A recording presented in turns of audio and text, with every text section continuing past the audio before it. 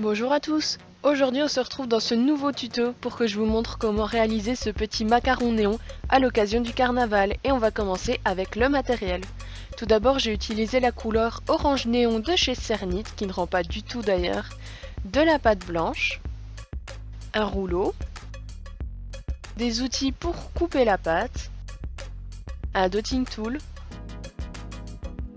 des aiguilles pour la texture, un emporte-pièce rond de taille moyenne, du film alimentaire, de la fimo liquide, une extrudeuse avec un embout carré, une canne orange, un coulis chocolat avec des cure-dents pour l'appliquer, des petits morceaux de cacahuètes, donc je vous dirai comment faire par la suite, des tiges à œil si vous voulez accrocher votre création, du vernis mat de chez Cernit ainsi que le vernis gloss finish de chez Fimo et des pinceaux pour les appliquer. J'ai commencé par prendre ma pâte néon qui je vous assure est beaucoup plus néon en vrai et d'ailleurs elle est beaucoup plus malléable je trouve que les autres pâtes Cernit.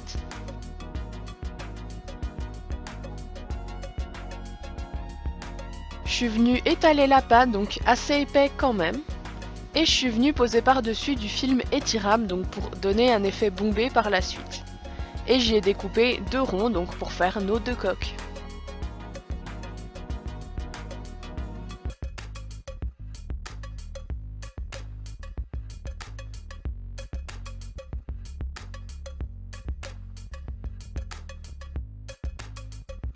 Et donc voilà, vous voyez bien l'effet bombé qu'a donné le film. Ensuite je vais passer à la texture, donc je vais poser ma coque sur un petit support comme ceci.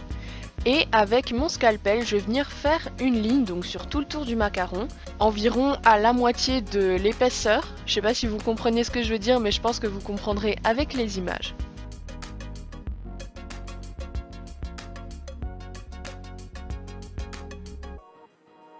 Et j'ai ensuite texturé la partie basse avec mon aiguille donc pour former la petite collerette.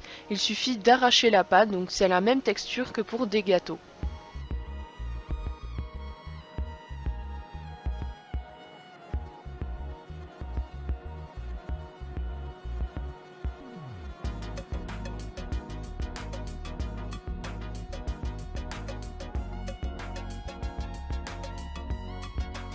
Et voici le résultat une fois que c'est fait sur tout le tour.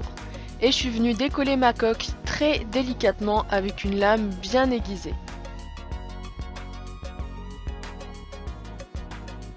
Et on va venir pré-cuire nos deux coques pendant 10 minutes au four.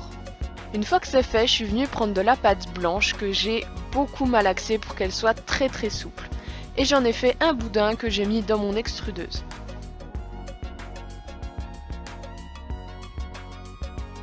Et comme je vous l'ai dit dans le matériel, j'ai utilisé un embout carré donc qu'on pourra torsader par la suite. Et je suis venue refermer tout simplement l'extrudeuse.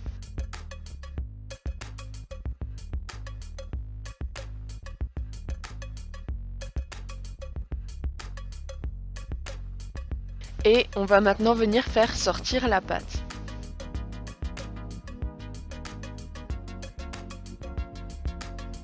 Une fois que c'est fait, je suis venue la torsader, donc assurez-vous que ce soit à peu près égal partout pour pouvoir créer la ganache.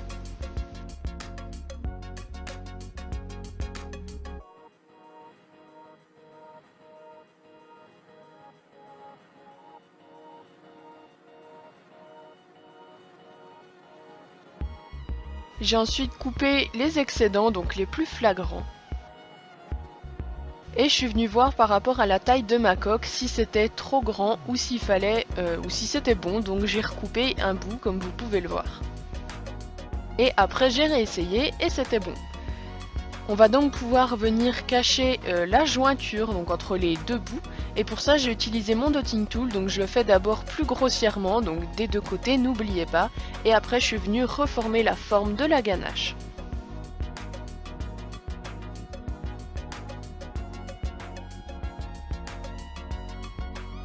Ensuite je vais prendre mes coques et je vais y déposer un tout petit peu de fimo liquide par dessus, donc ça va permettre de faire adhérer la ganache aux coques vu que celles-ci sont cuites. et je suis venue étaler tout ça très grossièrement avec mon doigt.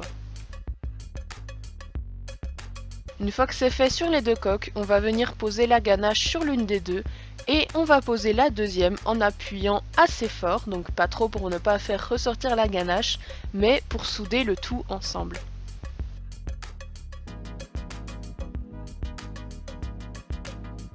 Et comme vous voyez, on voit encore un petit peu la jointure, du coup à cet endroit-là, je suis venue mettre une tige à œil donc pour cacher tout ça. Une fois que c'est fait, je suis venue prendre du coulis chocolat pour créer la décoration. Et sur à peu près un tiers de la coque, je suis venue faire des filaments avec mon coulis, donc il faut qu'il soit assez liquide pour pouvoir faire ça. Et on va en faire plusieurs, donc vous voyez à peu près où je les ai faites.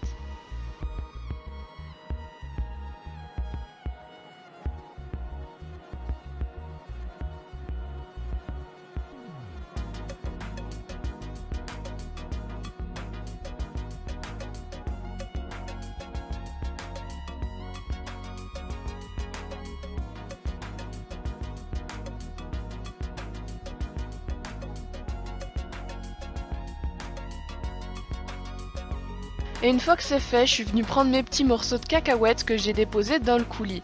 Donc pour les faire, j'ai mélangé de la Fimo d'abord blanche avec du bicarbonate de sodium que j'ai mélangé. Je l'ai passé au four et ensuite j'ai tout découpé ça et frappé avec un marteau pour créer des petits bouts. Et j'ai rajouté de la peinture ocre pour colorer tout ça. Et une fois que mes petits morceaux sont disposés sur le macaron, je vais aller replacer un petit peu avec mon scalpel.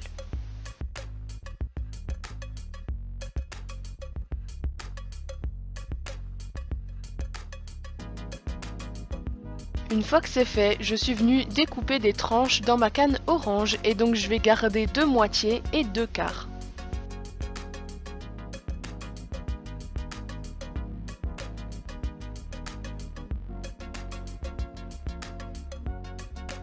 Et une fois que c'est découpé, je suis venue les poser dans le coulis, donc assurez-vous que ce soit bien dans le coulis pour que ça tienne.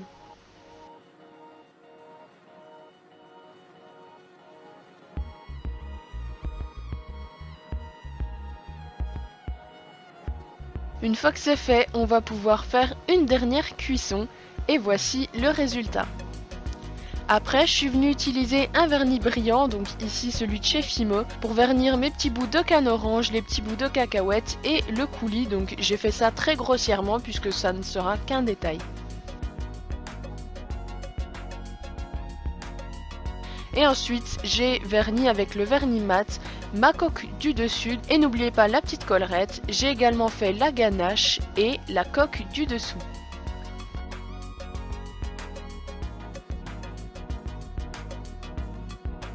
Donc voici le résultat, j'espère que ce macaron vous aura plu.